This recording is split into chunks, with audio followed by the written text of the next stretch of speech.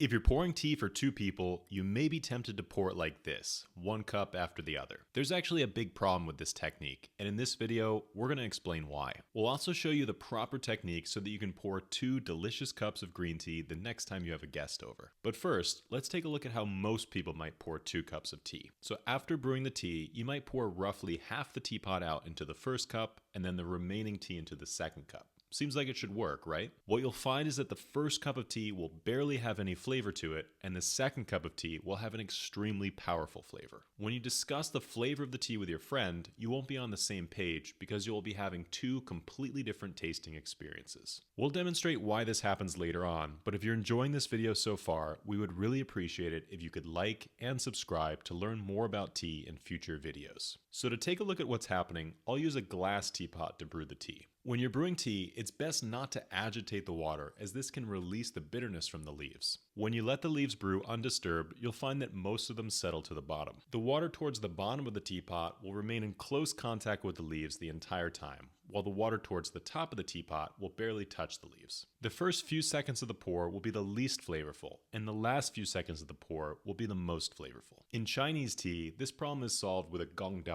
which roughly translates to fairness pitcher or fairness cup. When the tea is poured into this vessel, it's evenly mixed and then can be shared amongst 2 or more guests. The Gong is also used for Japanese teas as well, but what is more common is the alternate pouring method that requires no additional teaware. For this, you can do a series of short, rapid pours and alternate between cups. There's no exact measurement here, but you can try to keep it to 1 second before switching cups. This is easy with the Kyusu teapot because the side handle makes it simple to pour with more control and more refined movements. This way, each cup gets an even distribution of the super flavorful tea at the bottom of the teapot and the more mild flavor from the top. When the pouring stops, you are still not done yet. There is still some water left in the leaves, and it can be by far the most flavorful. The last few drops can be shaken out during more casual tea get-togethers. Just give 2 to 3 strong shakes in each cup and alternate until you're done. Because these leaves are so dark and flavorful, it's almost like you're topping off your tea with a little extra seasoning. It's also important to make sure that you get this extra water out of the teapot, otherwise it will overbrew the tea leaves and the next infusion will become bitter. Once you've gotten all the water out, you can then rebrew the leaves 2 to 3 more times because they still have plenty of flavor. You can use the same temperature water and the same amount of water, but just use a brewing time of 20 seconds. The leaves have already been opened up, so they don't need much time to release their flavor into the water. But what happens when you're pouring tea for 4 people? You can still use the same alternate pouring method, just alternate between 4 cups. It may seem like each person is only getting a tiny sip of tea, but this is actually quite normal in Japan. Japanese and Chinese teas tend to be served in much smaller quantities than we might be used to, but the flavor is much more concentrated. Just take your time and sip it slowly.